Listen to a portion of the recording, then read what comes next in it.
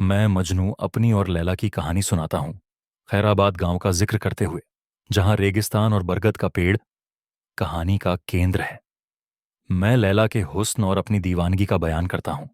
लैला की खूबसूरती गांव में मशहूर थी। उसकी आंखें, उसकी मुस्कान और उसकी सादगी हर दिल को लुभाती थी।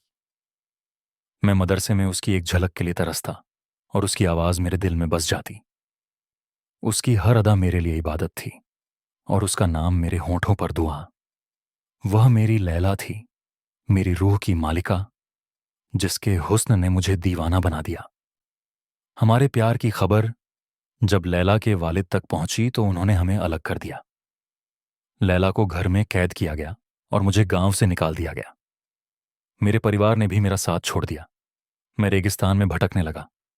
लोग मुझे मजनू कहने लगे, वह दीवाना जो लैला के इश्क में पागल हो गया। मैं रेत पर लैला का नाम लिखता और तारों से उसकी बातें करता। लैला घर में कैद थी, लेकिन उसका दिल मेरे साथ था।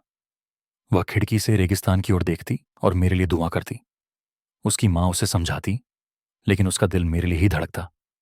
गांव में मेरी दीवानगी की बातें फैल गईं। कुछ लोग मुझ पर हंसते, कुछ तरस खाते, लेकिन मेरे लिए दुनिया बेकार थी। मेरी दुनिया तो लैला थी। लैला के वालिद ने उसकी शादी एक अमीर जमींदार इब्ने सलीम से तय कर दी। लैला ने इसका विरोध किया, लेकिन उसकी आवाज दबा दी गई। मैं रेगिस्तान में भटकता रहा, भूखा प्यासा। एक रात मैंने लैला के घर के पास उसका नाम पुकारा। लैला ने मुझे देखा और हमारी नजरें मिलीं। उसने मुझे जाने को कहा, लेकिन मेरा दिल वहीं ठहर गया। लैला जो चुपके से घर से निकली थी, मुझे ढूंढने आई। उसने मुझे पानी पिलाया और हमने एक दूसरे को गले लगाया। लेकिन यह मिलन क्षणिक था। उसके वालिद के आदमियों ने हमें पकड़ लिया। लैला को वापस घर ले जाया गया और मुझे रेगिस्तान में छोड़ दिया गया। मैंने फिर उसका नाम पुकारा, लेकिन अब उसकी आवाज नहीं आई।